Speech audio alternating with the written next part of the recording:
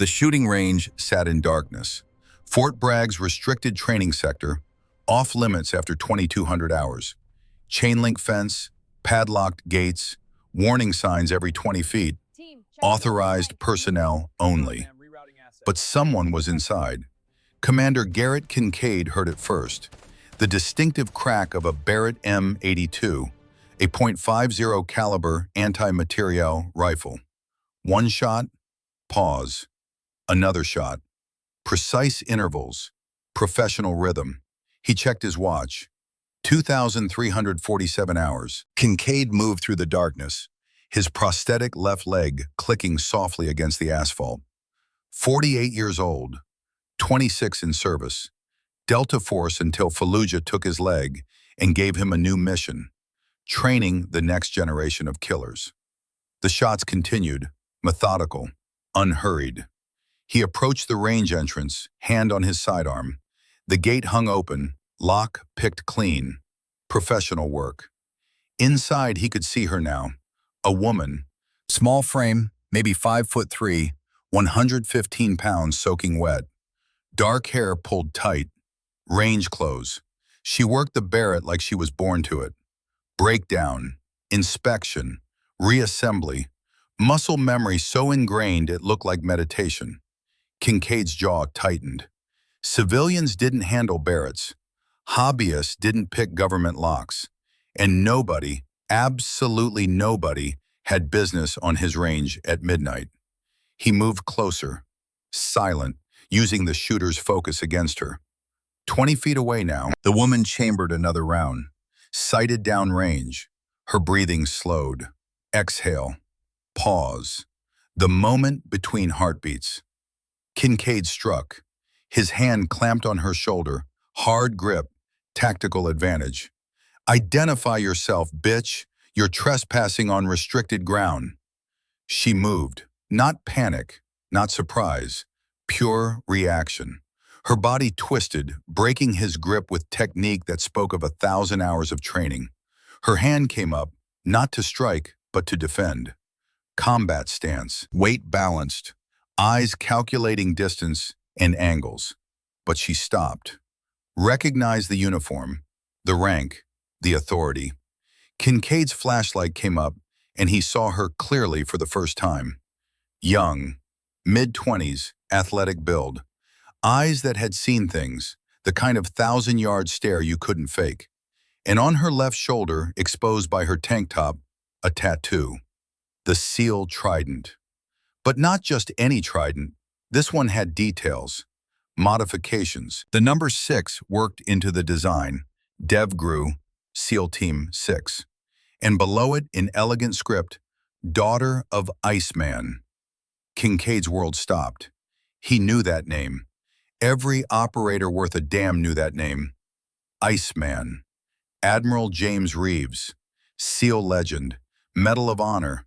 The man who wrote half the modern sniper doctrine. The man who pulled Kincaid out of a Mogadishu firefight in 1993 and saved his life. The man who died 5 years ago. Holy hell, Kincaid breathed. You're Reeves. Admiral Reeves' girl. The woman straightened. No apology in her eyes. No fear. Maya Reeves, she said, voice steady, controlled. The one and only. She tilted her head, studied him. You gonna arrest me, Commander? Kincaid stared at her, at the tattoo, at the Barrett M82 she'd field-stripped in the dark. Depends, he said slowly. You gonna tell me what the hell Jimmy Reeves' daughter is doing breaking into my range at midnight? Maya's expression didn't change, but something flickered in her eyes, something raw. Remembering, she said quietly. And in that single word, Kincaid heard everything. The loss, the grief, the weight of a legacy she never asked for. He lowered his flashlight. Come on, he said. We need to talk. 84 hours earlier. Montana had a way of swallowing people whole. The cabin sat 15 miles from the nearest road, Glacier National Park territory.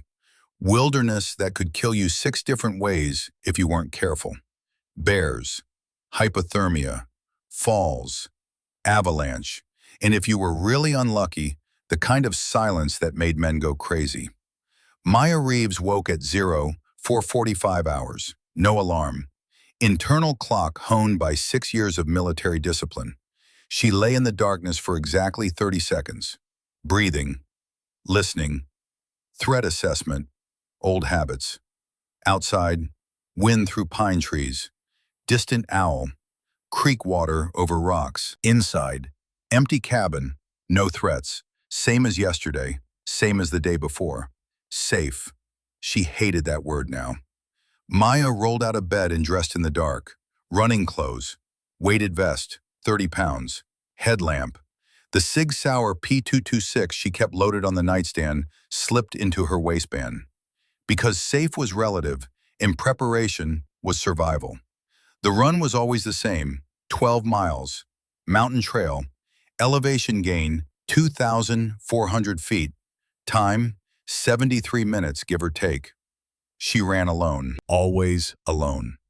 The darkness gave way to gray dawn as she climbed, her breath misted in the cold air, legs burning, lungs working. The weighted vest made her shoulders ache, but that was the point. Pain kept you sharp. Comfort made you soft. At the summit she stopped, looked out over the valley. Somewhere down there the world continued. People went to work, drank coffee, complained about traffic, normal lives, normal problems. Maya had stopped being normal a long time ago. She thought about her father, not the admiral, not the legend, just Dad, teaching her to shoot when she was 12. Patient, methodical. Breathing is everything, baby girl. Control your breath, control the shot. Taking her camping, survival skills. The wilderness doesn't care about your feelings, it cares about your decisions. The day she graduated BUD/S, the proudest she'd ever seen him. Tears in his eyes. You earned this. Every blister, every doubt. You earned it. Dead now. 5 years. Helicopter crash during a routine inspection flight. Mechanical failure, they said. Bullshit, her gut whispered. But she had no proof, no evidence. Just the nagging certainty that Admiral James, Iceman, Reeves, a man who'd survived 43 years of the most dangerous operations in naval history, didn't just die in a random accident. Maya turned and ran back down the mountain. The cabin was small, one room, wood stove, solar panels for electricity, off-grid by design. She'd bought it with her discharge pay. Moved here 14 months ago after the Navy decided she was psychologically unfit for continued service. The official story, post-traumatic stress, borderline insubordination, failure to adapt to changing command structure. The real story, she'd reported weapons inventory discrepancies at Naval Station Norfolk. Someone high up didn't like that, so they manufactured a psych eval, labeled her unstable, and pushed her out. Honorable discharge, full benefits, and a permanent black mark that meant she'd never work in government again. Maya showered, made coffee, sat at the small table and opened her laptop. News, always the same, political theater, international crises, the world burning slowly while people argued about the color of the flames. She was about to close the browser when a headline caught her eye. Weapons theft at Camp Pendleton, third major incident this year. She clicked, read, 60 Javelin anti-tank missiles, 300 M4A1 rifles, 100 kilograms of Semtex explosive, stolen 3 weeks ago. No arrests, no leads, investigation ongoing. Maya's jaw tightened. This was the third major theft in 18 months. Before that, Naval Station Norfolk. Before that, Fort Benning. A pattern. And nobody seemed to give a damn. Or maybe the people who gave a damn kept dying. A sound outside, vehicle engine. Maya's hand went to her sidearm. She moved to the window. Careful. Angles. A black Range Rover. Government plates. 2 occupants. Her heart rate kicked up. Not fear, muscle memory. The body remembering what the mind tried to forget. The vehicle stopped 50 yards from her cabin. Doors opened. Two people emerged. Woman, 50-something, military bearing, stars on her shoulders, Brigadier General, Army. Man, 40-something, civilian clothes, but the way he moved screamed intelligence community. Maya stepped outside, hand visible. Sig Sauer still in her waistband, but not drawn. Professional courtesy. "You're trespassing," she called. "This is private property." The woman approached, confident, unhurried, used to being obeyed. "Lieutenant Reeves," she said. "Brigadier General Nora Blackwell, Army Intelligence. This is Wesley Thorne, Defense Intelligence Agency." Maya didn't move. "I'm not lieutenant anymore. You made sure of that." Blackwell stopped 10 feet away. To her credit, she didn't flinch. "I know," she said quietly. "I signed your discharge papers. I believed what they told me about you. I was wrong." Maya studied her, looking for the lie, the manipulation. She didn't see it. "What do you want?" Maya asked. "To talk," Blackwell said. "About your father." The world tilted slightly. Maya's voice came out cold, controlled. "My father is dead." "Yes," Blackwell said, "he is, and we don't think it was an accident." Inside the cabin, Maya made coffee she didn't drink. Blackwell and Thorne sat at her small table. The briefcase between them looked expensive. Government issue, expensive. "Talk," Maya said. Thorne opened the briefcase, pulled out a file folder, classified markings, eyes-only stamps. "October 15th, 2021, he began. "Your father died when his helicopter crashed during an inspection tour of Naval Station Norfolk. Official cause, hydraulic failure. The bird went down over the Atlantic. Recovery took 3 days. Investigation concluded mechanical malfunction." Maya's hands clenched. "I know the story." "The story is incomplete," Thorne said. He slid a photograph across the table. Maya looked. Hydraulic line, close-up. The cut was clean, too clean. "This is from the crash investigation," Thorne continued. "The hydraulic line didn't fail. It was cut. Precisely. Deliberately. Then stress-tested to fail at altitude." Maya's world narrowed to that photograph. "The investigator who found this," Thorne said quietly, "died 3 weeks later. Single-car accident. Lost control on a straight road in perfect weather. The report was buried, classified, forgotten. Until now," Blackwell added. "We reopened the case 2 months ago, quietly, because we started seeing a pattern." She laid out more files, more photographs, names, dates. 3 other officers, Blackwell said, all died in accidents between 2019 and 2023. All were investigating the same thing your father was. "Which was?" Maya's voice was barely above a whisper. "A weapons trafficking network," Thorne said, "inside the United States military, operating since at least 2015, stealing high-value weapons systems and selling them. Domestic militias, foreign buyers, criminals, anyone with money." He pulled out another document, financial records, offshore accounts. "Conservative estimate," Thorne said, "they've moved $430 million worth of weapons in the last decade." Maya felt sick. "Your father discovered this network," Blackwell continued. "He was investigating missing inventory at Norfolk, got too close, and they killed him for it." The cabin was silent except for the wind outside. Maya looked at the files, at the evidence, at the proof that her father hadn't died in an accident, that he'd been murdered, assassinated by people he trusted, people who wore the same uniform. "Who?" she asked, voice like broken glass. "Who killed him?" "We don't know," Thorne admitted. "The network is sophisticated, compartmentalized. We know the code name of the leader, Apex, but we've never identified them." "Your father was close," Blackwell said. "His last encrypted message, sent the day before he died, mentioned something called Sanctuary, a location where he'd hidden evidence. But the message was incomplete. We don't know where Sanctuary is." Maya stood, paced, her mind racing. 5 years. 5 years she'd lived with the lie. The empty platitudes at the funeral, the folded flag, the 21-gun salute, all for a man murdered by his own people. Rage built in her chest. Cold, precise. The kind of rage that didn't explode, it calculates. "Why come to me?" she asked. "Because 3 weeks ago Camp Pendleton was hit," Blackwell said. 60 Javelin missiles, 300 rifles, Semtex, the largest theft yet. And our intelligence suggests those weapons are being staged for an attack.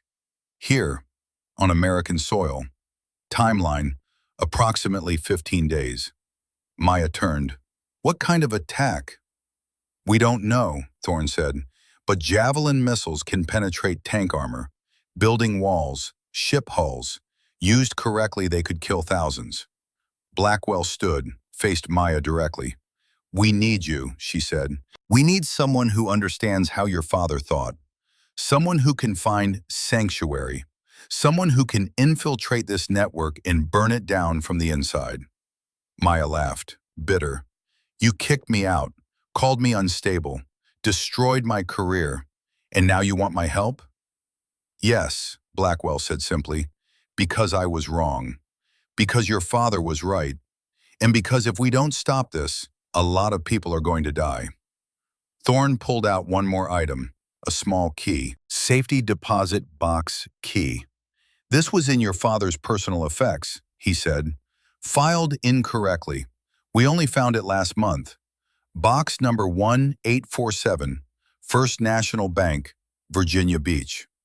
The executor of your father's will was supposed to notify you, but he died before he could."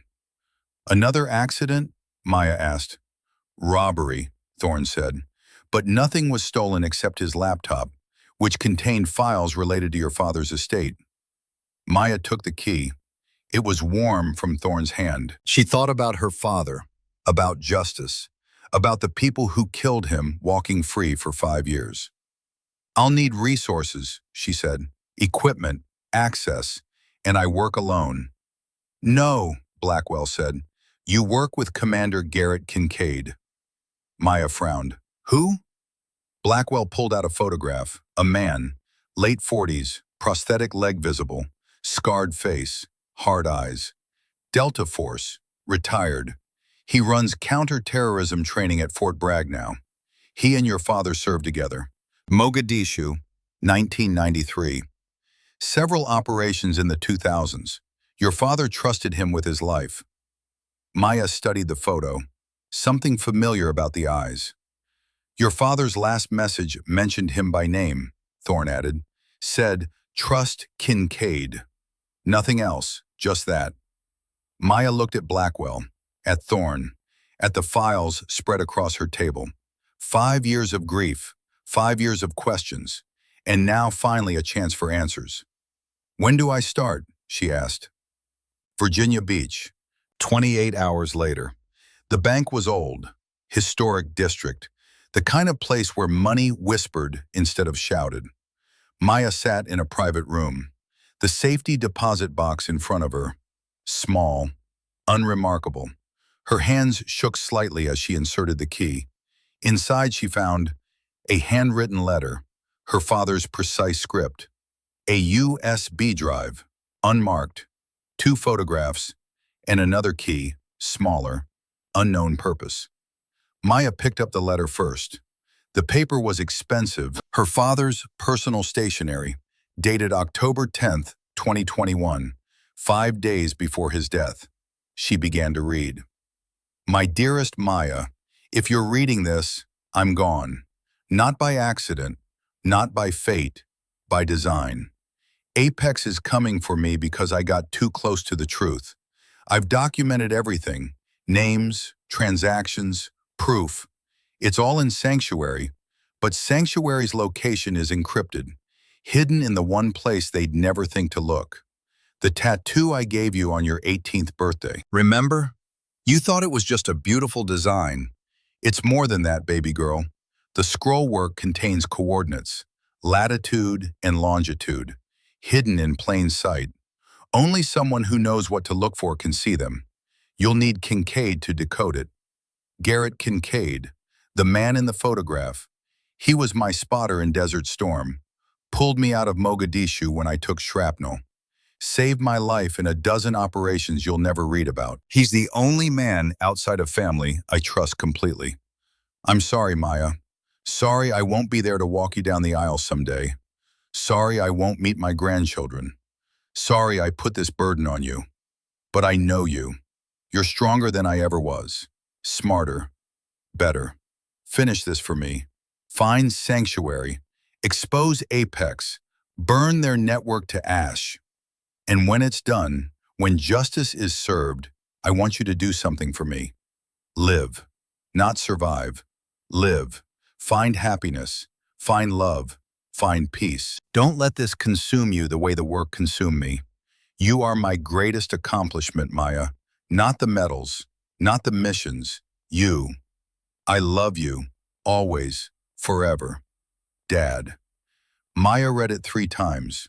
Tears ran down her face unchecked. She didn't wipe them away. Her father had known he was going to die, prepared for it, left her a roadmap to justice. She picked up the first photograph, herself at age 8, standing beside her father at a shooting range, both holding rifles, both grinning. Happier times. The second photograph showed her father with another man, both in their 40s, military gear, desert background.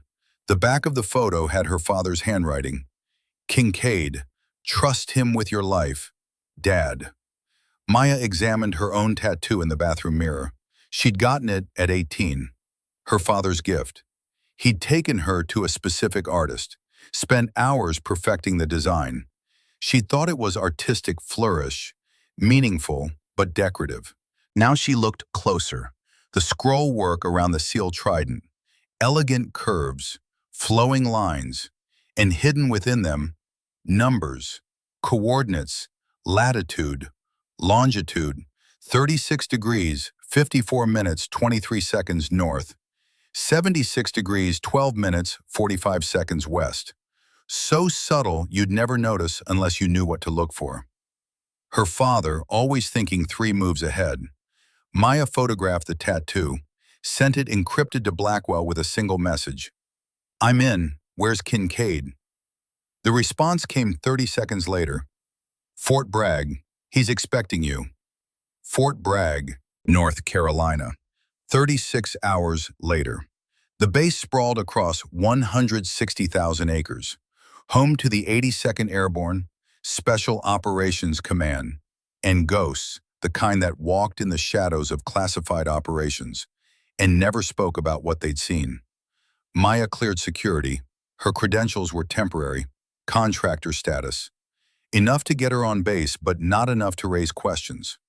Commander Garrett Kincaid waited in a briefing room in the Special Operations Training Sector. She recognized him from the photograph.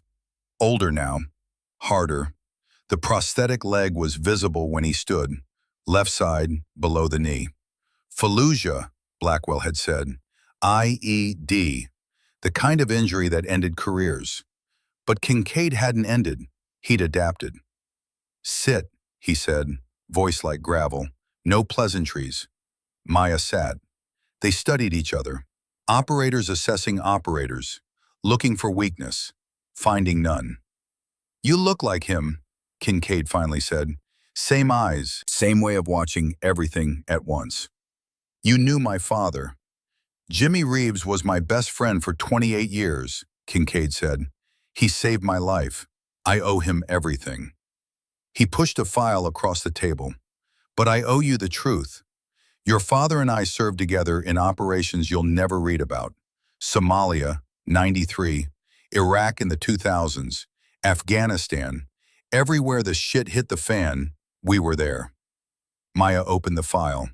Photographs, after-action reports, most of it redacted. But she could read between the black lines. He was the best operator I ever saw, Kincaid continued. Calm under fire, strategic mind like a chess grandmaster, and loyal. Jesus, he was loyal to his men, his country, his family. Kincaid's expression darkened, which is why when he called me 2 days before he died and said, "If something happens to me, protect Maya," I should have listened harder. Maya looked up. "He called you?" "October 13th, 2021, Kincaid said. He was scared. Jimmy Reeves, the Iceman, scared. Said he'd found something big, something that could destroy people's careers, end lives. He was going to meet an informant, someone with proof. What informant? Never said. Codename Prophet. The meeting was scheduled for October 14th, but Prophet never showed, and Jimmy died the next day. Silence filled the room. "I looked into it," Kincaid said quietly. "Unofficially, hit walls everywhere. The investigation was classified. Witnesses disappeared. Evidence vanished. And I was just a crippled Delta operator with no authority and too many questions." He looked at Maya. "But you're his daughter. You have a right to answers. And I made a promise to protect you. So I'm in. Whatever this is, whatever it takes." Maya pulled out her phone, showed him the tattoo photograph. "He hid coordinates in my tattoo," she said. "I think they lead to sanctuary." Kincaid leaned in, studied the image. His eyes narrowed. He pulled out a magnifying glass, examined the scrollwork closely. Minutes passed. Then he sat back, his face pale. "Son of a bitch," he whispered. "Jimmy, you brilliant bastard." "What?" Maya asked. Kincaid pulled out a map.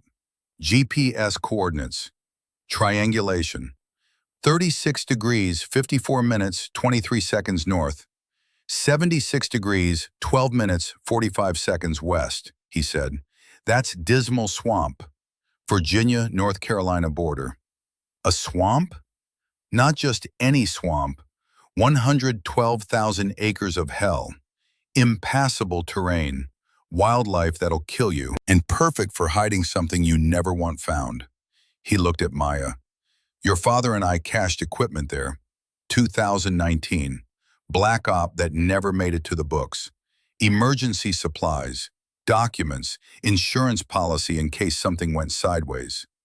"Sanctuary," Maya breathed. "Sanctuary," Kincaid confirmed. "We buried it deep. Only the two of us knew the exact location, and I haven't been back since." Maya felt the pieces clicking together. "He hid the evidence where only we could find it," Kincaid corrected. "He didn't trust just me, he trusted us, together." A knock on the door. General Blackwell entered. Behind her, another woman. Early 30s, athletic build. Tattoos visible on her forearms. Purple streak in her short black hair. "This is Captain Sienna Maddox," Blackwell said. "Army EOD. 4 tours in Afghanistan. She'll be your third." Sienna grinned, walked like a boxer, extended her hand to Maya. "Heard you're Iceman's kid," she said. "That true?" "Yes," Maya said. "Good, because I've got a personal stake in this too." She pulled out a photograph. A young Marine, dress blues, proud smile. "My brother, Lance Corporal Derek Maddox, died in a training accident 2 years ago. 23 years old. They said he mishandled explosives. Bullshit. Derek was meticulous, top of his class." Sienna's jaw tightened. "But his unit had reported missing grenades the month before.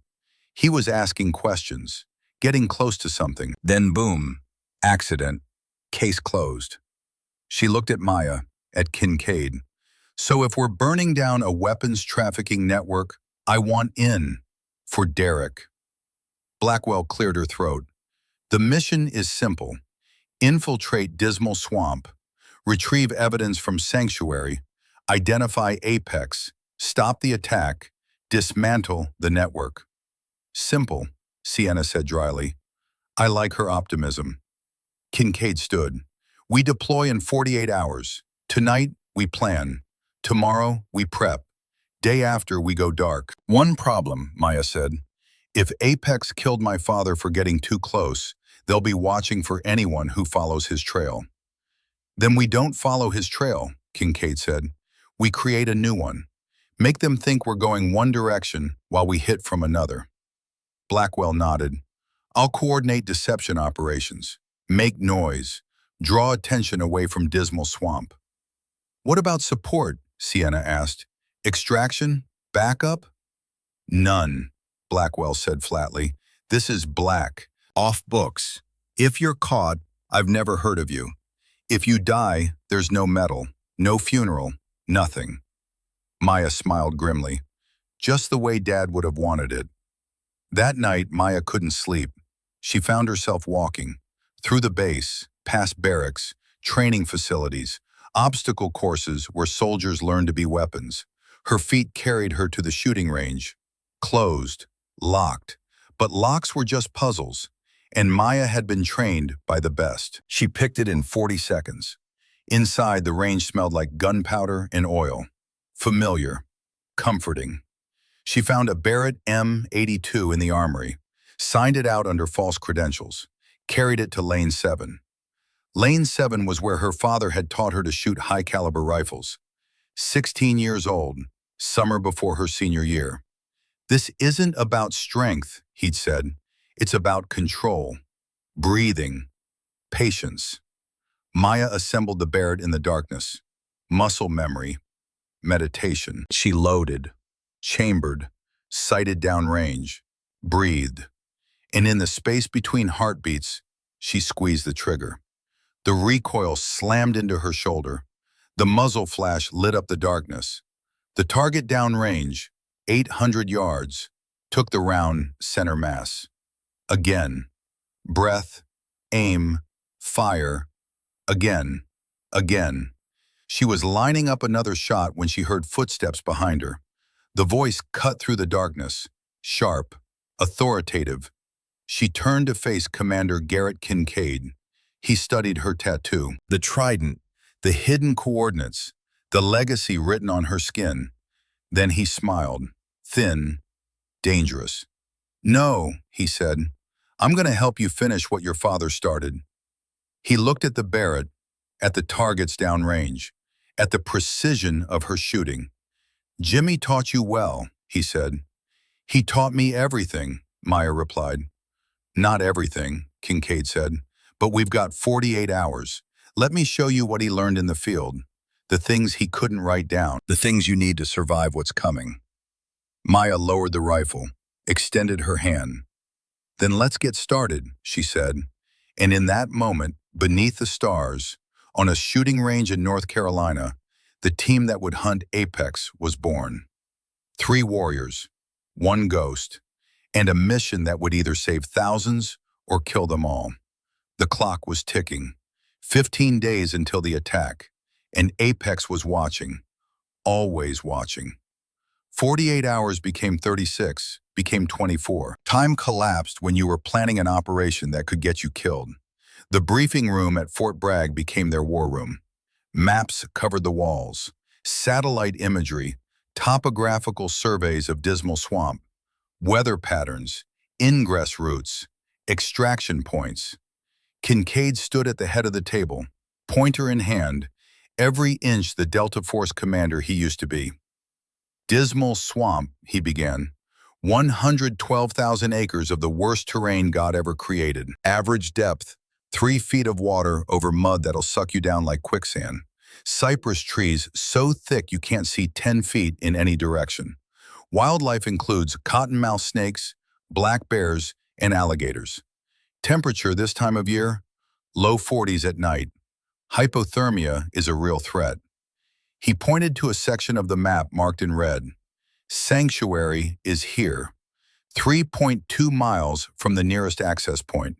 No roads, no trails, pure wilderness insertion. Maya studied the map. Timeline? 4 hours to reach target on foot, accounting for terrain, weather, and the fact that we're carrying full combat loads. Kincaid tapped another section. Extraction here, 4.1 miles from Sanctuary, different route, never use the same path twice. Sienna leaned forward. What about hostiles?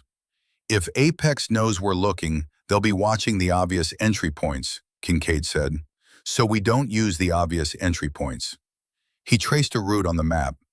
We insert here, north side, civilian access road that dead ends at a hunting cabin, abandoned since 2018.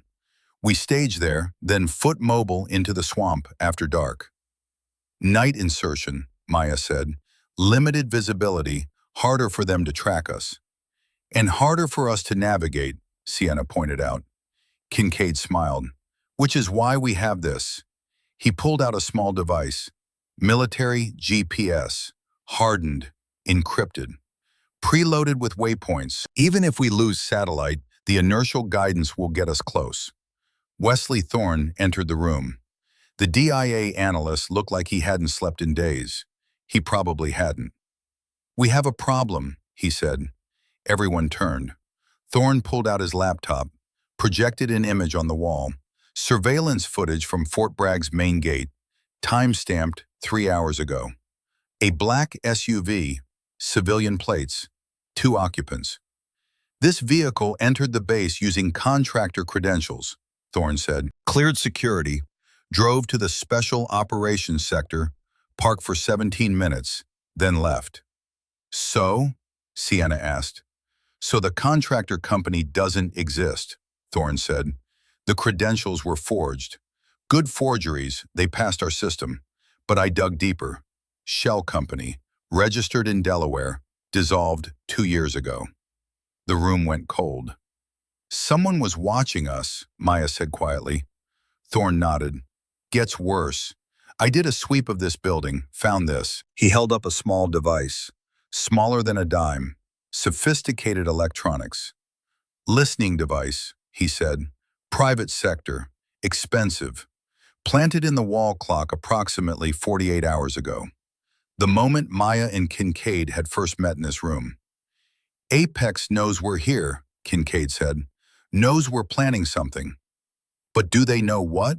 Sienna asked. Thorne pulled up another screen. I analyzed what they could have heard. Your discussions about Dismal Swamp, Sanctuary, the insertion plan, everything. General Blackwell spoke from the doorway. She'd been listening, silent until now. Then we use it, she said. Feed them information. Make them think they know our plan. Kincaid understood immediately. Decoy operation. Exactly, Blackwell confirmed. We announce, loudly in this bugged room, that we're deploying tomorrow at 0600 hours. Main entrance to Dismal Swamp, 3-vehicle convoy. While the real team deploys tonight, Maya finished. Different location, different timeline. We stage the decoy, Blackwell continued. I'll coordinate it. 3 vehicles, 12 operators, full tactical loadout. We make it look real. Draw Apex's forces to the wrong location. And while they're busy with the decoy, we slip in the back door, Sienna said. I like it. Kincaid checked his watch. We have 6 hours until dark. Thorne, I need updated satellite imagery of our actual insertion point. Thermal scans if you can get them. On it, Thorne said. Sienna, prep the gear.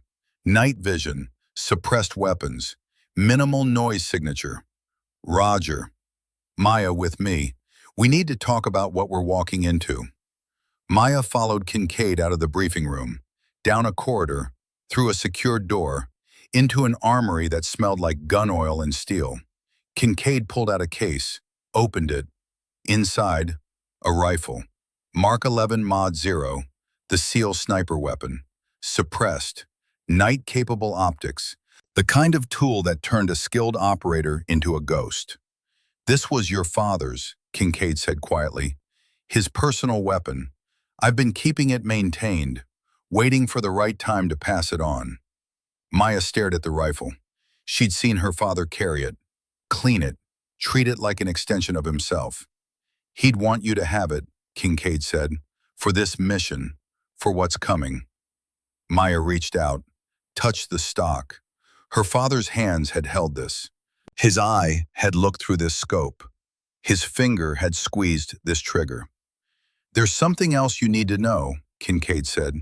His voice changed, harder.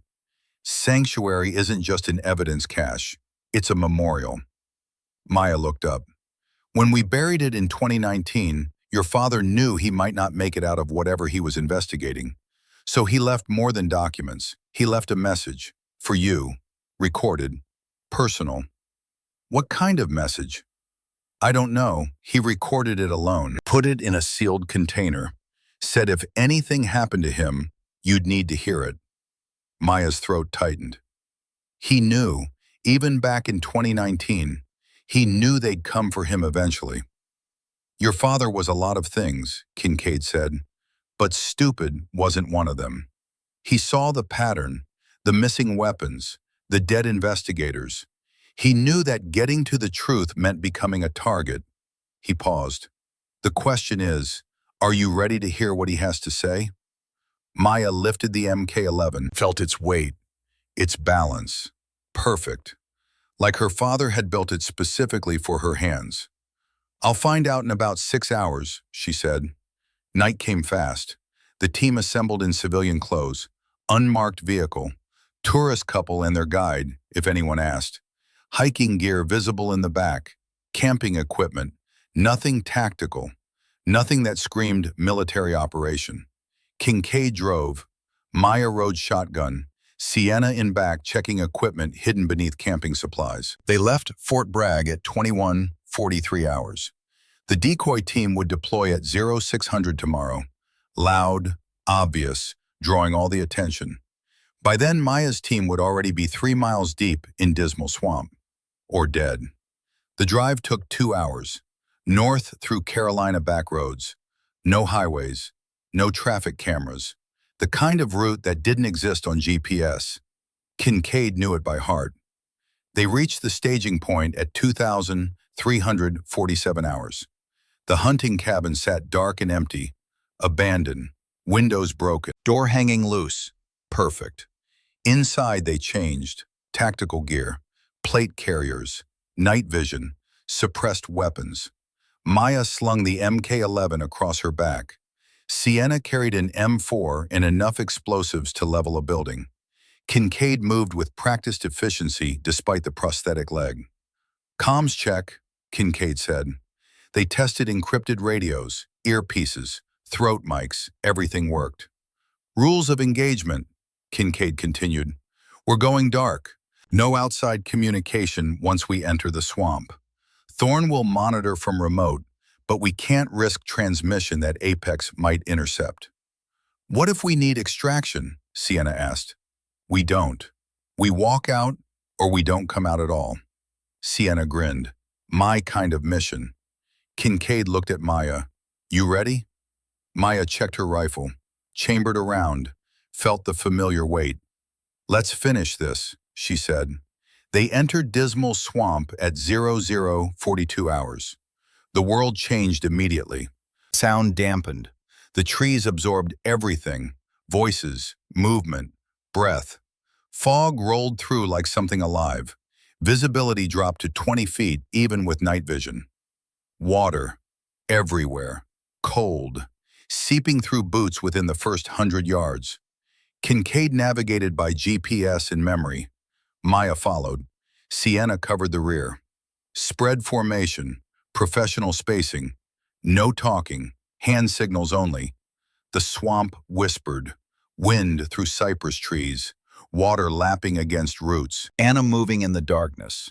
A cottonmouth slithered past Maya's leg. She froze. Let it pass. Kept moving. Hour 1. Progress slow but steady. They covered 0.8 miles. Kincaid's prosthetic struggled in the mud. He never complained, never slowed the team, but Maya could see the strain. Hour 2. Water deepened, waist high in places, freezing. The cold seeped into bones. Hypothermia math.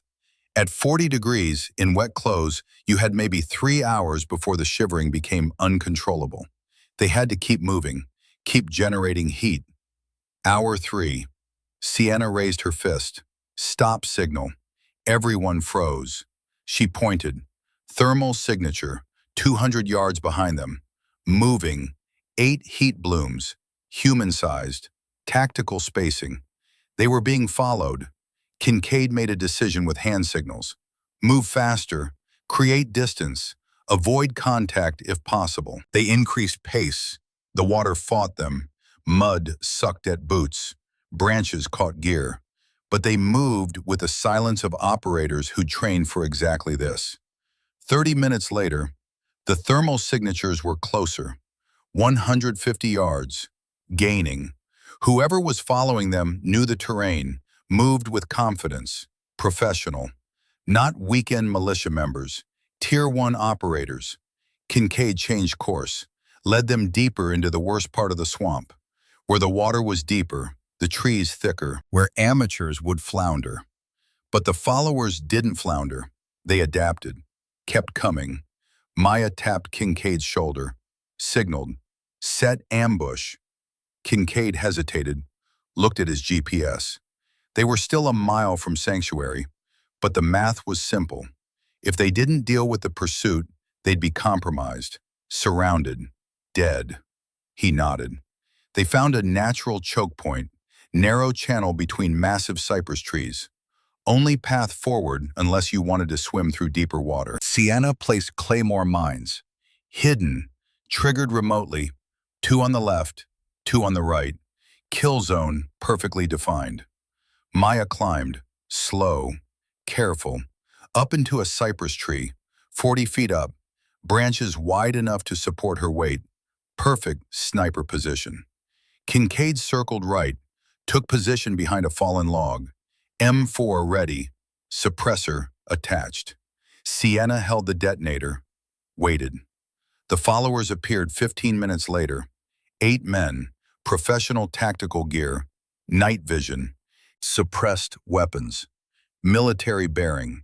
They moved like SEALs, like Delta, like the kind of operators who trained at the same schools as Maya's team. Apex had sent the best. The leader raised his fist. His team stopped. He scanned the area, suspicious. Something felt wrong to him. He was right. Maya's crosshairs settled on his head. 200 yards, elevation, wind negligible, easy shot. But they needed intelligence, needed to know who sent them, what they knew. The leader signaled his team forward, into the kill zone. 6 of them entered the narrow channel. 2 hung back, security element. Kincaid's voice whispered over comms. Sienna, execute. Sienna pressed the detonator. The world exploded. 4 claymores detonated simultaneously. 700 steel balls per mine, overlapping fields of fire. The 6 men in the channel didn't have time to scream. The 2 security element operators reacted instantly, dove for cover, returned fire at estimated positions. Maya's rifle spoke. Suppressed, quiet. The round took the first security operator in the head. Perfect shot. He dropped. The second operator was better. Saw the muzzle flash. Returned fire. Accurate. Bullets stitched the tree near Maya. Too close. She repositioned, flowed to a different branch. Aimed. Fired. Miss. The operator was moving. Combat role. Using terrain. Kincaid engaged. 3-round burst. Center mass. The operator's body armor caught 2 rounds. 3rd round hit his throat. He went down. Silence returned to the swamp. 8 hostiles, 8 down. Total engagement time, 18 seconds. Maya descended from the tree. Kincaid emerged from cover. Sienna moved forward to check bodies. They searched quickly, efficiently, looking for identification, intel, anything. Nothing. All gear was sanitized. No patches, no ID, no phones. Professional sanitization. But Sienna found something on the team leader's body. A small GPS tracker, still active, transmitting. They were tracking something, she said. She examined it, frowned. Wait, this frequency, this is military grade. She pulled out a signal detector, swept her own team. The detector pinged, loud, insistent, on Kincaid's prosthetic leg. He went pale. What? Sienna knelt, examined the prosthetic, found it. Micro GPS chip, embedded in the carbon fiber, invisible unless you knew what to look for. "When did you last have this serviced?" she asked. "Last month. Walter Reed, annual maintenance." "They planted it then," Maya said. Understanding crashed over her. "They've been tracking you for weeks, knew every move, every meeting." "Which means they've known about Sanctuary the whole time," Kincaid said. His voice was hollow. "They let us come here, let us retrieve the evidence. So they could kill us all at once," Sienna finished, "and bury it forever." Maya looked around, at the darkness, at the swamp that suddenly felt like a trap closing around them. "How many more are out there?" she asked. As if in answer, thermal signatures appeared on Sienna's scanner. Multiple contacts, surrounding their position in a wide circle. She counted, stopped counting. "At least 40, she said quietly, "closing in from all directions." They were in a kill box. Kincaid checked his GPS. Sanctuary was 800 yards north. So close. But between them and safety, 40 trained killers. "Options," he said. "We swim," Sienna suggested. "Underwater. They'll track thermal, but water temperature might hide us." "For how long?" Maya asked. 3 minutes? 5? Then hypothermia wins and we drown. "We fight," Kincaid said. "Take as many as we can." "And die," Maya said flatly. 40 against 3. "We're good. We're not that good." Silence. The sound of water, of death approaching. Then Sienna smiled. "Dangerous. Unhinged. Or," she said, "we give them something bigger to worry about." She pulled out her demolition pack. The C4 she'd brought for breaching, for emergencies. "I can create a distraction," she said, "big enough to make them think we're somewhere we're not. Combined with thermal flares, we might buy enough time to slip away." "How big a distraction?" Kincaid asked. Sienna looked at her explosives, did math in her head. "Big enough to light up every thermal scope within a mile," she said, "and wake up every living thing in this swamp." Maya understood. The hostiles converge on the explosion. We go dark. Submerge in the water. Use reeds to breathe. Old SEAL technique. "Exactly," Sienna confirmed. "They'll search the explosion site. We'll be invisible. 100 yards away. Underwater." "For how long?" Kincaid asked. 12 minutes minimum. Maybe 15 if we can control our breathing." Kincaid looked at his prosthetic leg, at the tracker embedded in it, at the noose tightening around them. "Do it," he said. They had 4 minutes to prepare. Sienna rigged the charges, all of her C4, shaped to create maximum thermal signature. She added phosphorus flares, magnesium strips, anything that would burn hot and bright. Maya and Kincaid waterproofed their critical gear. The evidence from Sanctuary would have to wait, survival first. They sealed weapons in dry bags, secured equipment, cut reeds, hollow, perfect for breathing underwater. The kind of trick that saved lives in places Maya's father had fought, that she'd trained with but never thought she'd need. Sienna set the timer. 4 minutes. They moved. Fast. 90 degrees from the charges. Found a section of deeper water. Cypresses created natural concealment. They slipped beneath the surface. Freezing water swallowed them. Maya's body screamed against the cold. 40 degrees. Darkness. The reed in her mouth. Breathing slow. Controlled. She could see nothing, hear nothing except her own heartbeat. The rush of blood in her ears. Time became meaningless. She counted heartbeats, estimated seconds, fought against the panic of submersion, of cold, of the darkness that pressed in from all sides. Somewhere above, the C4 detonated. Even underwater, the shockwave hit like a physical blow. Pressure, concussion. Maya's ears rang, but she stayed down, stayed still, trusted the plan. Minutes passed. How many? 5? 10? Her body was going numb, the cold reaching bone deep. She focused on her father's voice. "Control your breath, baby girl. Control the fear. You're stronger than you think." 12 minutes. 13. 14. Her lungs burned. Her body shook with uncontrollable shivers. Hypothermia setting in. Much longer and she wouldn't be able to move. Wouldn't be able to swim. Would just sink into the mud and never come up. 15 minutes. Kincaid's hand found her shoulder. Squeezed. Signal. Surface. Slowly. They broke the surface together. Gasping. Silent gasps. Controlled. Professional, even in extremity. The swamp was chaos. The explosion had worked. Thermal blooms everywhere from burning phosphorus. Apex's forces converging on the detonation site, searching, shouting. But Maya's team was 400 yards away, invisible in the darkness and confusion. They moved. Hypothermic, shaking, but moving. Kincaid navigated by pure instinct now.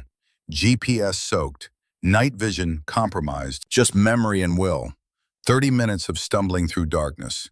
Then, the island. Small, maybe 30 feet across. Ancient cypress tree in the center, 8 feet in diameter. Old growth, pre-colonial. Sanctuary. Kincaid touched the tree, found 3 notches. His mark, his sign. Here, he whispered. They dug. Bare hands in mud. Sienna used a small folding shovel from her pack. 6 feet down, exactly where Kincaid had said. Metal. Container. Military-grade waterproof case. They pulled it free. Heavy, maybe 50 pounds, sealed with a biometric lock. Kincaid pressed his thumb to the reader. Access denied. He tried again. Same result. What the hell? He breathed. Maya understood. Try mine. She pressed her thumb to the reader. The lock whirred, clicked. Access granted. The container opened. Inside, illuminated by their dim flashlights, documents, handwritten ledger, 7 years of transactions, dates, amounts, weapons, buyers, names, 23 of them, military ranks, positions. The entire Apex network laid bare. Bank records, offshore accounts, paper trails showing $340 million in transfers, photographs, meetings, handshakes, evidence of conspiracy, USB drives, multiple, encrypted, and one more thing, a sealed envelope. Maya's name written in her father's handwriting, in a small video camera, self-contained, battery-powered, with 3 files saved. Kincaid checked the files. These are dated September 2021, October 12th, 2021, October 14th, 2021. 3 days before Maya's father died. Play them, Maya said. The first video showed Admiral Reeves in his office, alive, speaking to the camera. Investigation Day 147. I've narrowed Apex Prime to 4 suspects. All have motive, access, and opportunity. Vice Admiral Patricia Harlow, Naval Logistics Command. General Marcus Holloway, Defense Logistics Agency. Colonel Raymond Breckenridge, JSOC Liaison. And Rear Admiral Theodore Vance, Naval Special Warfare Command. He looked tired, scared. One of these 4 is running the network. I'll know within the week. I'm meeting with an informant tomorrow. Code name, Prophet. He claims to have proof. The video ended. Second video, October 12th. Admiral Reeves looked worse, haggard. Prophet didn't show. I think they got to him first. But I've eliminated Harlow and Holloway. Financial records don't match the pattern. It's either Breckenridge or Vance. I'm close, so close. He paused, looked directly at the camera. If you're watching this, I'm probably dead. Maya, baby girl, I'm sorry. I'm so sorry I brought this to our door. But finish it. Please. Find Apex. Stop them. Don't let my death be meaningless. The video cut off. Third video, October 14th, 1 day before his death. Grainy footage, shot on a phone. Parking garage, poor lighting. Admiral Reeves' voice. Prophet didn't show yesterday, but I found something else. Evidence of the next big weapons shipment. Domestic militia group. They're planning an attack on a government facility. I've alerted. Wait. Sound of footsteps. Running. The camera jerked. Fell. Captured floor tiles. Muffled voices. Struggle. Then clear as crystal. You should have stayed retired, Iceman. A gunshot. Suppressed. Professional. The video went black. Maya stared at the screen, at the proof of her father's murder, captured in grainy phone footage. His last moments. Rage built in her chest. Cold. Precise. The kind that didn't scream, it calculated. Breckenridge or Vance, Kincaid said quietly. It's one of them. Sienna was going through the documents. These names, half are still active duty, high ranks. This goes deep. Maya picked up the envelope with her name, opened it. Another letter. Her father's handwriting, written the same day as the last video. She read it silently, tears streaming down her face. The letter said everything and nothing. Love, apology, pride, instructions, and one critical piece of information. He didn't know which one, Maya said, Breckenridge or Vance, but he left us a way to find out. She held up a second USB drive, small, red. What is it? Kincaid asked. Financial analysis software, something he developed, cross-references transaction patterns with access logs. He said if we input the data from these files, it'll identify Apex Prime, 95% certainty. Then Kincaid started. Thermal signatures. Sienna's scanner screamed warnings. The hostiles had found them. 40+ contacts, converging on the island, 6 minutes out. We can't stay, Sienna said. We take the evidence and run. They waterproofed everything, sealed the container, strapped it to Kincaid's back, moved off the island, into the water. Different direction, southwest, toward extraction. But the hostiles were everywhere. Coordinated, professional. They'd been herded here, allowed to retrieve the evidence. So Apex could eliminate everyone who knew the truth. The next hour was hell. Running firefight through the swamp, suppressed weapons, hit and move tactics. Maya's MK-11 dropped pursuers at distance. Kincaid and Sienna provided close support, but for every hostile they neutralized, 2 more appeared. Apex had committed serious resources to this. Dozens of operators, millions in equipment, all to protect their network. Maya's team reached the extraction point at 0540, 7 hours. Dawn breaking. First light touching the trees. General Blackwell's vehicle was there, running. Back doors open. They piled in, soaking wet, hypothermic, bleeding from a dozen minor wounds. Blackwell floored it. The vehicle fishtailed, found traction, raced away from dismal swamp. Behind them, the swamp erupted with gunfire. Frustrated, too late, they'd made it. 6 hours later, safe house, secure facility outside Richmond. They'd warmed up, changed clothes, treated injuries. Kincaid's prosthetic leg sat disassembled on a table. The tracking chip removed. Destroyed. Thorne worked on the Admiral's USB drive, running the financial analysis software, cross-referencing data. Maya sat alone, reading her father's letter again, memorizing every word. Kincaid approached, sat down beside her. You did good, he said. Your father would be proud. We're not done yet, Maya replied. No, but we're close. Thorne called out, I've got something. Everyone gathered around his laptop. The software had finished processing. Results displayed. Transaction patterns, access logs, financial signatures, all cross-referenced against the 4 suspects. Vice Admiral Patricia Harlow, 15% probability. General Marcus Holloway, 12% probability. Colonel Raymond Breckenridge, 31% probability. Rear Admiral Theodore Vance, 42% probability. Vance, Maya breathed. Thorne shook his head. Wait, there's more. He pulled up additional data, communications intercepts, travel records. Vance and Breckenridge coordinate, he said. Phone calls, encrypted messages. They're working together. They're both involved, Sienna said. But neither is Apex Prime, Thorne continued. He pulled up financial records. Look at the money flow.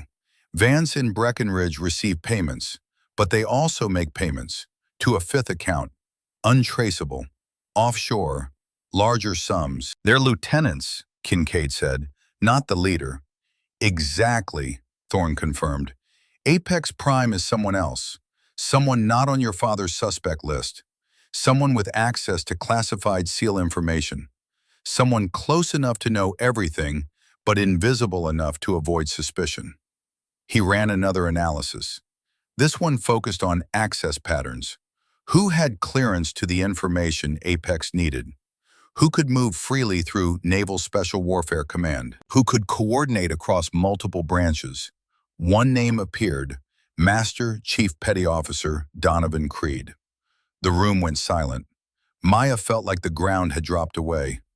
No, she whispered, not Uncle Donovan. But Thorne pulled up the evidence. Shell Company registered to Creed, Valkyrie Holdings, LLC, named after Maya's call sign. Offshore accounts, $60 million in Creed's name. Deposits matching every major weapons theft. 30 years serving with Admiral Reeves. Best friends, brothers in arms. And Maya's godfather, the man who'd visited every birthday, who taught her to tie knots, who carried her on his shoulders when she was little, the man who'd cried at her father's funeral while secretly celebrating his murder. Kincaid was pale. Jimmy trusted him, completely. Which made Creed the perfect insider, Thorne said. He knew everything, every operation, every schedule, every vulnerability. Maya stood, walked to the window, stared out at nothing. She remembered the funeral, Creed's eulogy, how he'd spoken about loyalty, brotherhood, how he'd hugged Maya and promised to always be there. All lies. Her phone buzzed. Text message, unknown number. She opened it. I know you found sanctuary. We need to talk. Before more people die. Meet me tomorrow, 2,000 hours. You know where. Come alone. D. The shooting range, where her father had taught her, where Creed had spent hours with her family. The usual spot, she said quietly. Kincaid read the message over her shoulder. It's a trap. Probably, Maya agreed. Then we don't go. Oh, we go, Maya said. Her voice was ice. We just make sure we're ready. She turned to face the team. Creed wants to meet, to talk, maybe to kill me, maybe to recruit me. I don't care which. Because we're going to arrest him, Blackwell said. No, Maya corrected. Because we're going to make him confess, get everything on record, then arrest him. Sienna grinned. I like it. Wire you up. Back up outside. He talks. We take him. And if he doesn't talk? Kincaid asked. Maya's smile was dangerous. Her father's smile. Then I make him. They had 24 hours to prepare. 24 hours until Maya faced the man who'd murdered her father. The man who'd betrayed everything they'd stood for. The man who thought he could get away with it. Donovan Creed was about to learn that Maya Reeves was her father's daughter. And the Iceman's daughter knew how to make people talk. One way or another. 23 hours until the meet. The safe house transformed into an operations center. Maps, equipment, communications gear. The team moved with purpose, the kind of focused intensity that came before high-stakes missions. Maya sat at the table, disassembling her father's Mk-11 rifle. Clean, oil, reassemble, meditation through repetition. Her hands moved automatically while her mind played scenarios. Creed would be cautious, paranoid. He'd survived 30 years in naval special warfare by being smarter than everyone else, by seeing threats before they materialized. But he had a weakness, Maya. He'd known her since birth, watched her grow up. In his mind, she was still the little girl who'd called him Uncle Donovan, who'd sat on his lap and listened to war stories. He wouldn't expect her to be the weapon her father had forged. That was the edge. Kincaid entered, dropped a tactical vest on the table. "Try this." Maya examined it. Looked like standard civilian body armor. Concealment vest, worn under clothes. "Rated for rifle rounds?" she asked. "Level 4 plates. Stops .308. Maybe even .338 if you're lucky." Kincaid pointed to the shoulder area. "Hidden microphone here, camera here. Everything Creed says gets recorded, transmitted to us real time. Range? Half a mile with clear line of sight. Less in buildings, but the shooting range is open. We'll have perfect reception." Sienna joined them, spread out blueprints of the shooting range facility. "I've been studying the layout. Main building, 6 indoor ranges, 2 outdoor ranges, office, armory, lots of places to hide." She marked positions. "Kincaid takes overwatch here. Rooftop across the street, 800 yards, perfect sniper position." "I'll need something with reach," Kincaid said. Maya slid her father's MK-11 across the table. "Use this." Kincaid hesitated. This was Jimmy's. And now it's the tool that helps catch his killer. He'd approve. Kincaid picked up the rifle, felt its weight, nodded. Sienna continued. "I'll be inside, hidden in the office. Close enough to respond if things go sideways. 45 seconds to reach you." "FBI?" Maya asked. General Blackwell spoke from the doorway. "Staged 2 blocks away. SWAT team. 20 operators. They move on my signal the moment we have confession on tape." "And if Creed doesn't confess?" Maya asked. Blackwell's expression was granite. "Then we arrest him anyway. The evidence from Sanctuary is enough for conspiracy charges, financial crimes, but a confession locks it down, gives us leverage to flip Vance in Breckenridge, dismantle the entire network." Wesley Thorne entered, laptop under his arm. He looked excited. For Thorne, that meant he'd found something. "I've been analyzing the financial data," he said, cross-referencing Creed's offshore accounts with known weapons shipments. Found a pattern. He pulled up a timeline on his laptop. Every major theft corresponds with a large deposit to Creed's account. But look at this. He highlighted 3 deposits, larger than the others. $15 million, $22 million, $31 million. "These don't match any known theft," Thorne said.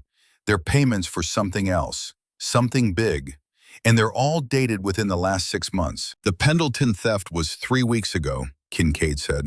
"Where's that payment?" Thorne scrolled. Found it. $18 million, deposited 4 days ago.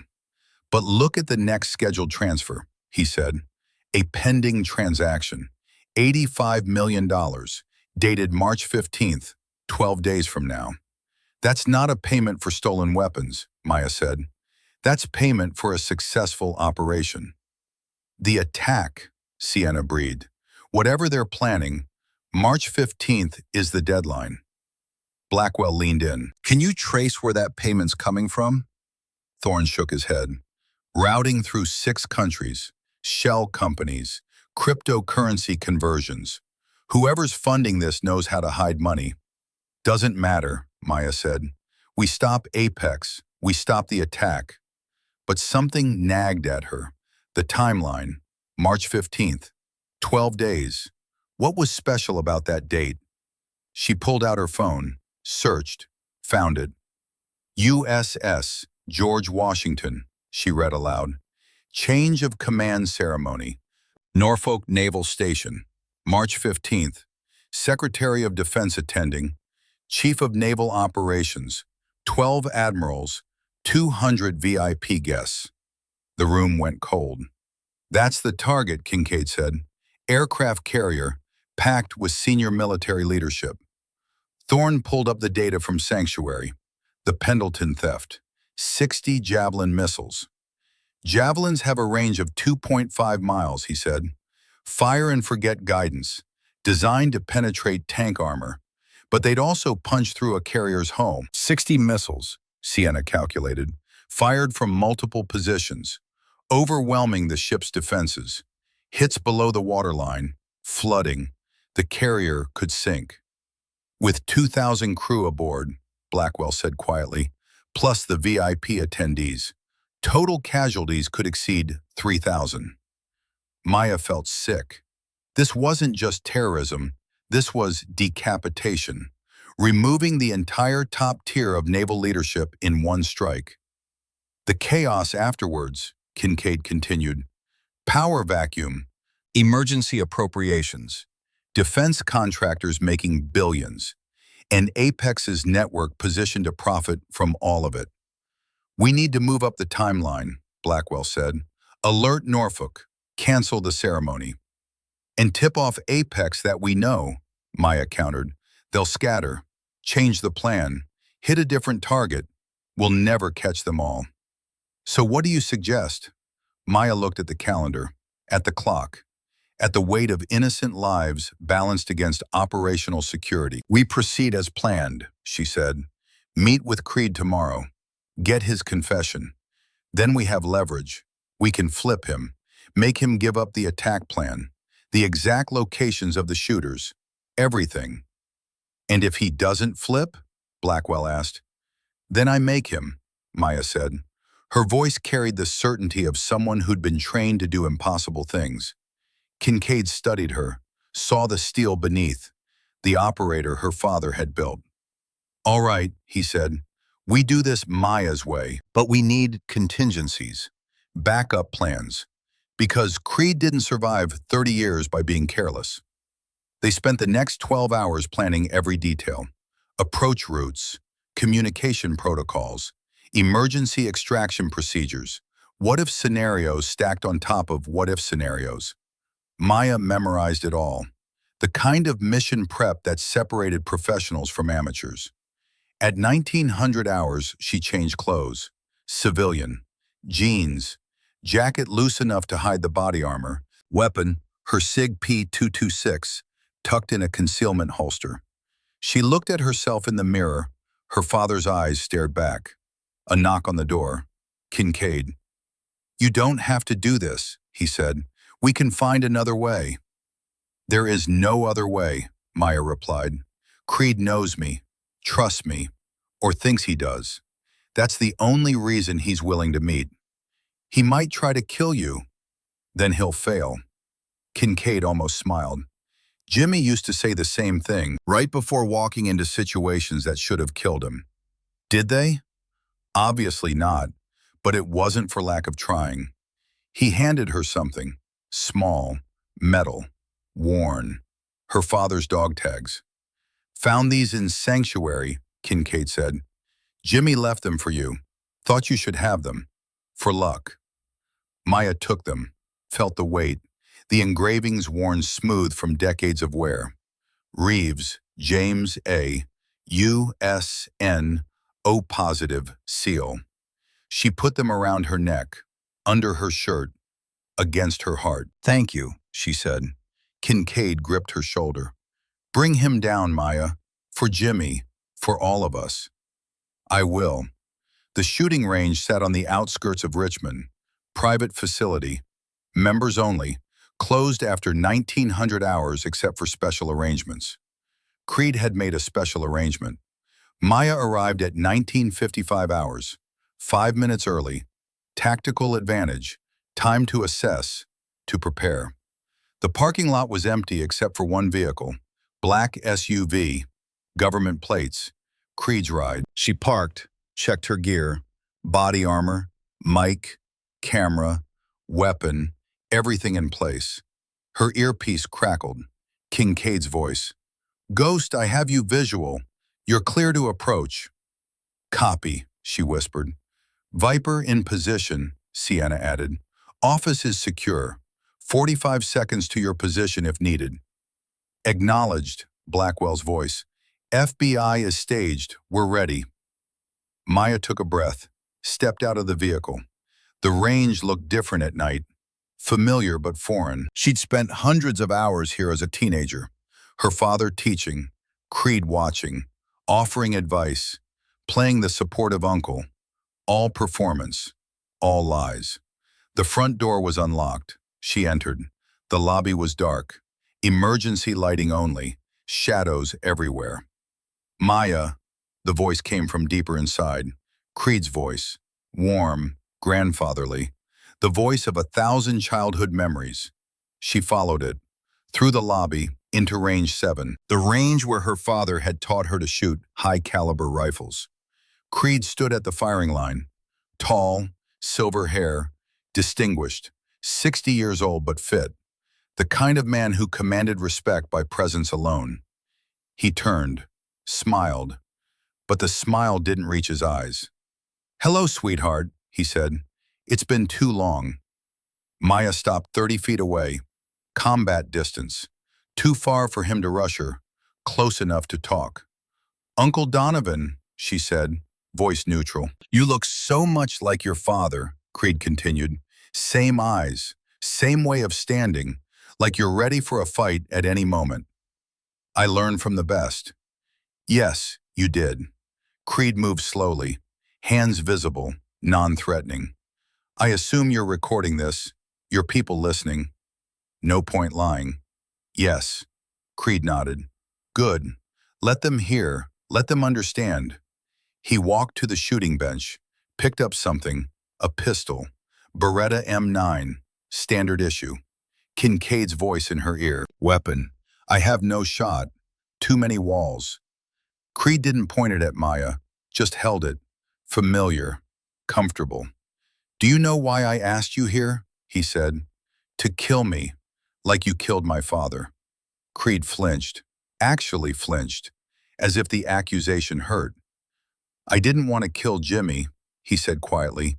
"He was my best friend, my brother, but he didn't leave me a choice." "There's always a choice." "Is there?" Creed's voice hardened. "Let me tell you about choices, Maya. I served 40 years. 40 years of bleeding for this country. Fighting wars politicians started and couldn't finish. Watching officers like your father get promoted while I stayed enlisted. Watching them get rich off book deals and contractor jobs while I scraped by on pension." He set the pistol down, spread his hands. "I gave everything. And what did I get? A pat on the back, a few medals, and the promise of a retirement where I'd struggle to pay bills." "So you became a traitor," Maya said. "I became practical," Creed corrected. "The weapons were going to disappear anyway. Politicians and generals have been skimming military supplies since Rome. Why shouldn't I profit? Why shouldn't I set myself up for retirement? Because people died. People always die. That's what weapons do. At least my way, I controlled who got them. Kept the really dangerous stuff out of terrorist hands. Sold mostly to militias, domestic groups, Americans, who are planning to attack Americans," Maya shot back. Creed paused. "The carrier attack. You know about it." "Of course I know about it. I brokered the deal." He said it casually, like discussing a business transaction. 60 Javelin missiles, $85 million, my biggest sale yet. To who? Does it matter? Patriots who believe the government has become tyrannical. They want to make a statement, shake things up. They want to kill 3,000 people. They want to create change. Sometimes change requires sacrifice. Maya's hands clenched. Every word was being recorded, transmitted. Creed was confessing to everything. But she needed more, needed details. "When you say you brokered the deal," she said carefully, "you mean you stole the weapons and sold them?" "Not personally. I have people for that. Vance handles naval operations.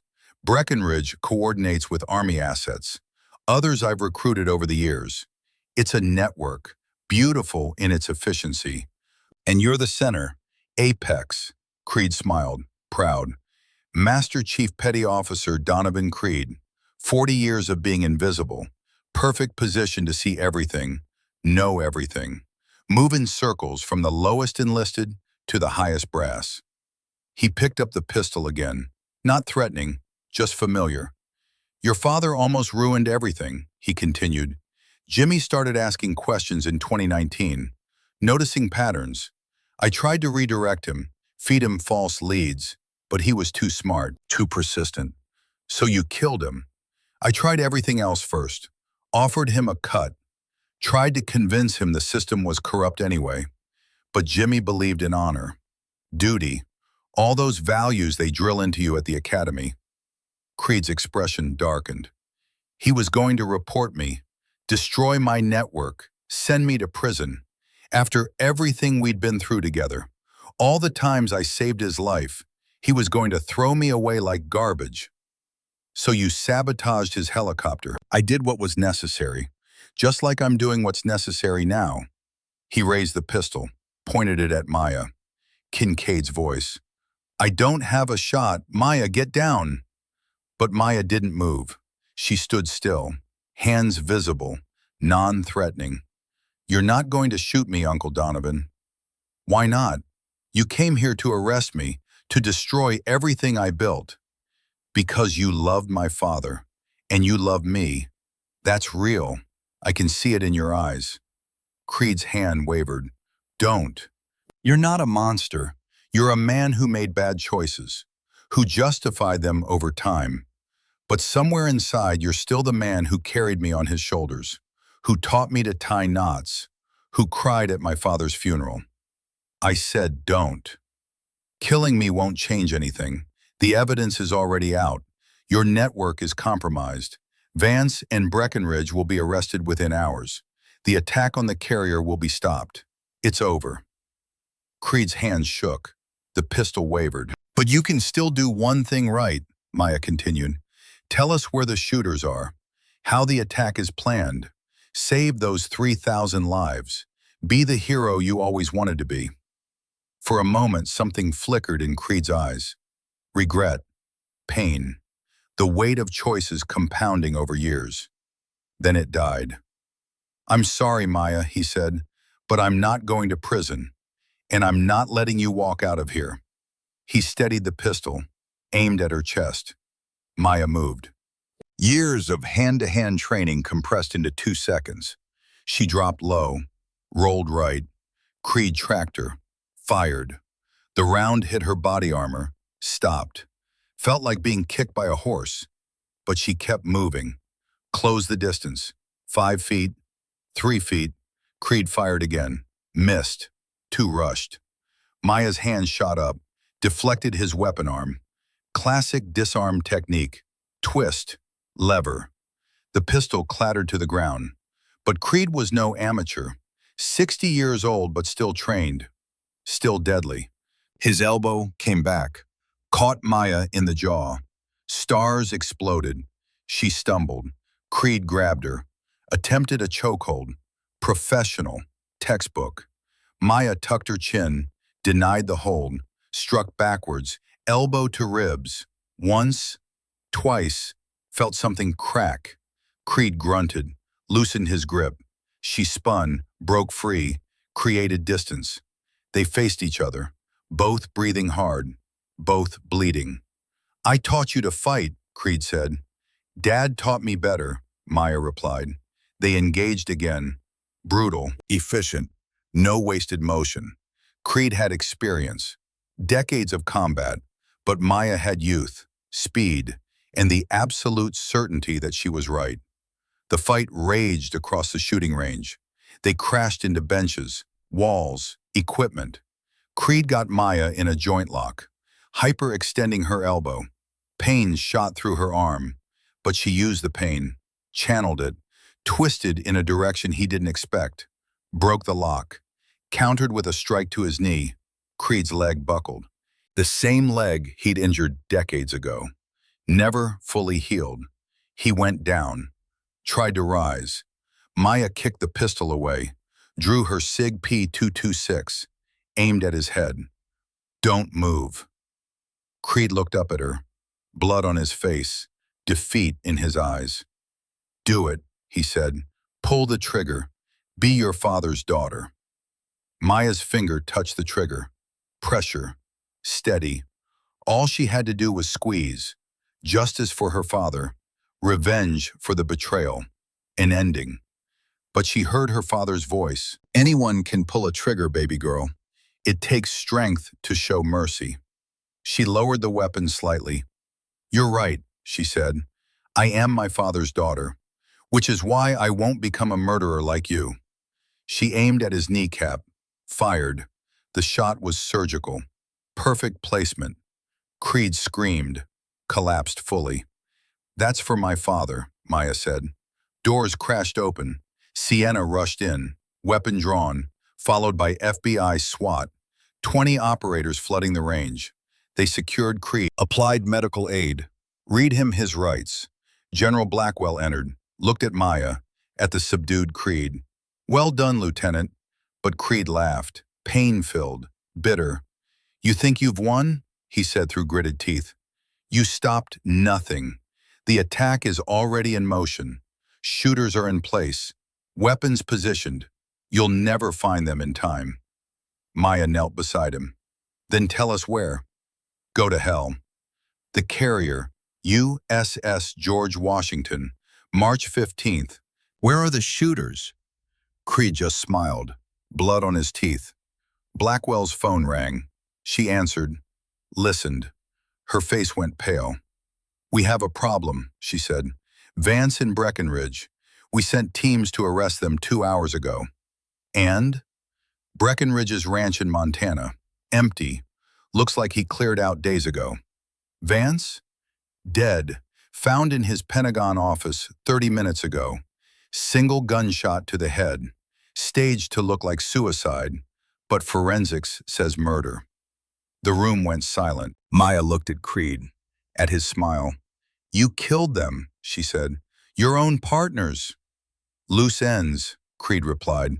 They knew too much, might have talked. Better to tie it all off clean. Then you're the only one who knows where the shooters are. Exactly. Sienna stepped forward, her voice tight, controlled. My brother Derek died because of your network. 23 years old. He had his whole life ahead of him. Creed looked at her. No remorse. Collateral damage. Sienna's hand moved toward her sidearm. Maya caught it. No, Maya said quietly. He's not worth it. She stood, looked at Blackwell. We have 12 days. Can Thorne track the money? Blackwell nodded slowly. It's a long shot, but it's what we have. They transported Creed to a federal holding facility. Maximum security. He'd never see daylight again. Maya watched him loaded into an armored van. He looked at her one last time. I really did love your father, he said, and I love you. That was never a lie. Then you should have made different choices, Maya replied. The van drove away. Sienna stood apart from the group, staring at where the van had disappeared. Maya approached. You okay? Sienna's voice was quiet. Derek was 23, never got to see justice. But now, she looked at Maya, now he can rest. Maya gripped her shoulder. He'd be proud of you. He'd be proud of both of us. They watched the taillights fade into the night. Kincaid approached, handed Maya the MK-11. You did good, he said. Jimmy would be proud. We're not done yet. We still have to stop the attack. Then let's get to work. The next 10 days were chaos. Thorne worked around the clock, analyzing financial data, tracing payments, following the money through shell companies and offshore accounts. The FBI mobilized, every field office, every resource, searching for the missing Javelin missiles, the shooter positions, anything. Maya coordinated with naval security at Norfolk. They couldn't cancel the ceremony, too many political implications, but they could harden defenses, increase patrols, make it harder. Day 2, Thorne found the first payment, $800,000 to an account in Delaware, registered to a private security firm that didn't exist. But the payment originated from a bank in Virginia Beach, close to Norfolk. Day 4, FBI raided 3 suspected locations, found nothing, false leads. Day 6, another payment traced, this one to North Carolina, $1.2 million, another shell company. The pattern emerged, 6 payments total, 6 locations, 6 shooter positions surrounding Norfolk Naval Station. Day 8, they found the first weapons cache. Abandoned warehouse in Portsmouth, 10 Javelin missiles, launch systems. The shooters had cleared out, but they'd left behind intelligence, maps, firing solutions, calculations, and a timeline. March 15th, 1400 hours during the ceremony's peak attendance. Day 10, they'd found 4 of the 6 positions, secured the weapons, but 2 positions remained unknown. 20 Javelin missiles, still out there, more than enough to sink the carrier. March 14th, 24 hours before the attack, Maya stood in the Norfolk Operations Center. Maps covered the walls. Hundreds of personnel worked frantically, but they were missing something, a piece of the puzzle. She studied the maps. The found positions formed a pattern: north, south, east, west. 2 positions left, northwest and southwest. She looked at firing ranges, optimal distances, terrain. Northwest, industrial area, abandoned shipyard, perfect sightlines. Southwest, residential neighborhood, old apartment building, high elevation. Here, she said, pointed. These 2 locations. We need teams there now. Blackwell didn't question. Dispatched SWAT teams immediately. 30 minutes later, northwest position confirmed. 8 hostiles, 10 missiles, FBI engaged. Brief firefight, all hostiles captured. 45 minutes later, southwest position confirmed. 6 hostiles, 10 missiles. Different SWAT team, another firefight. Suspects surrendered after being surrounded. Both positions neutralized, weapons secured, hostiles arrested. All 60 Javelin missiles accounted for. The attack was stopped. Maya stood on the observation deck, watched the sun set over Norfolk Naval Station. Tomorrow the ceremony would proceed. Secretary of Defense would attend, admirals, hundreds of people, and they'd never know how close they came to dying. Kincaid found her. It's over. Is it? Maya asked. Creed's network is dismantled, but how many others are out there? How many more corrupt officers stealing weapons, selling death? Then we keep fighting. We keep hunting. One network at a time. Blackwell approached. Press conference in 1 hour. FBI wants you there. Public recognition. Maya shook her head. No, this isn't about recognition. It's about justice, Blackwell said. Your father's justice. Don't you want people to know? Maya thought about it, about her father, about the years of lies. My father didn't work for recognition. He worked because it was right. That's enough for me. 3 weeks later, congressional testimony, closed session. Maya sat before the committee, told them everything. The evidence from Sanctuary, Creed's confession, the dismantled network, 23 arrests, including corrupt officers across all branches, $430 million in stolen assets recovered, and 1 network completely destroyed. The committee recommended Maya for the Navy Cross. She accepted, not for herself, for her father. Award ceremony, the White House, private event. The president pinned the medal on her chest. You saved thousands of lives. I finished my father's work, Maya replied. Kincaid received the Distinguished Service Medal, his 4th. Sienna received the Silver Star. General Blackwell was promoted to Major General. After the ceremony, Maya slipped away, drove to Arlington National Cemetery. Her father's grave looked the same: white headstone, American flag, flowers, fresh ones from Kincaid. She knelt, touched the stone. We did it, Dad, she whispered. Apex is gone. Creed will spend the rest of his life in prison. The people you died protecting are safe. The wind rustled through the trees. She pulled out the second letter from Sanctuary, the one she hadn't read yet, saved for this moment. Opened it. Her father's handwriting. Maya, my beautiful daughter, If you're reading this, you've finished the mission.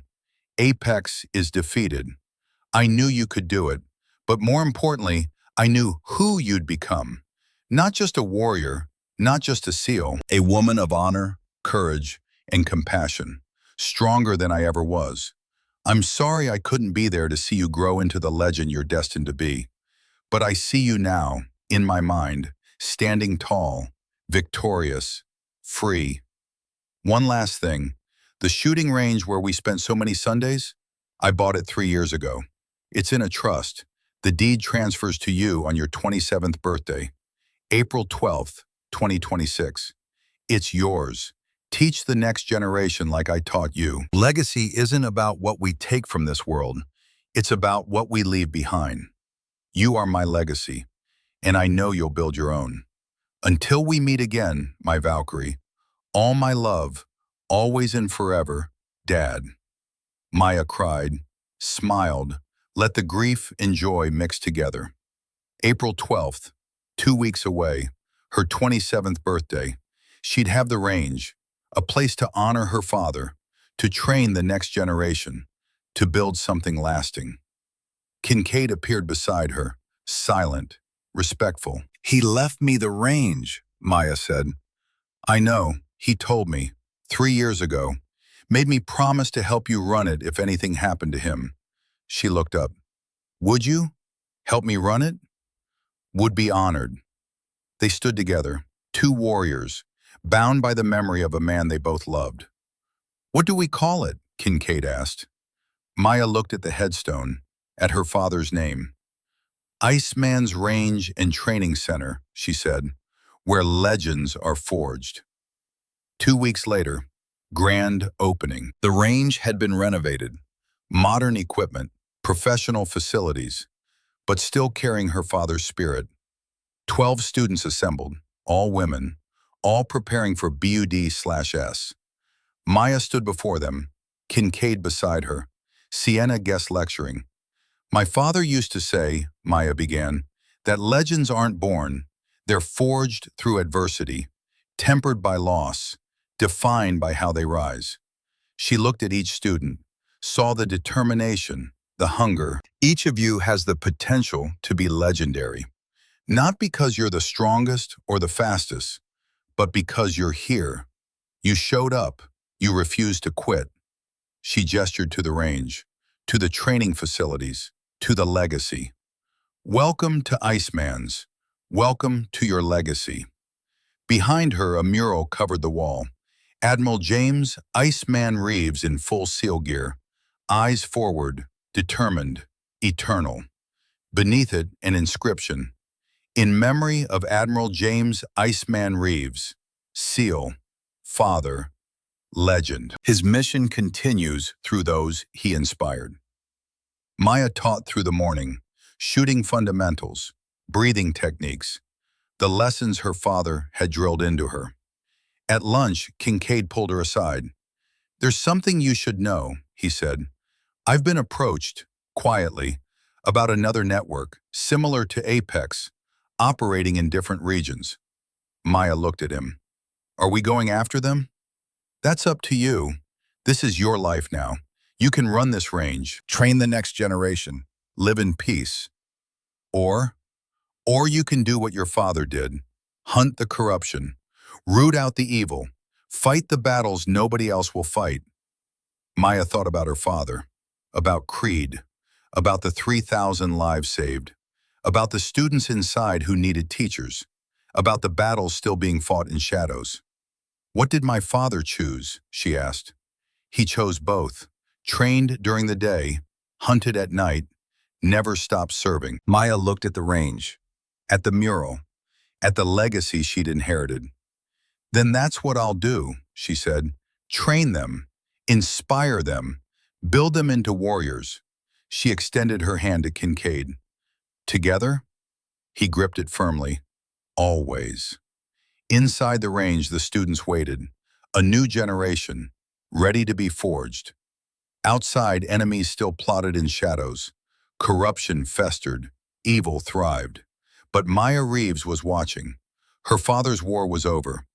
Hers had just begun. She walked back inside, back to the students, back to the work. Behind her, the sun set over Iceman's range, and in Arlington, on a white headstone, a father's name stood eternal. Admiral James Iceman Reeves. His daughter had finished his work and built something greater, a legacy that would outlive them all.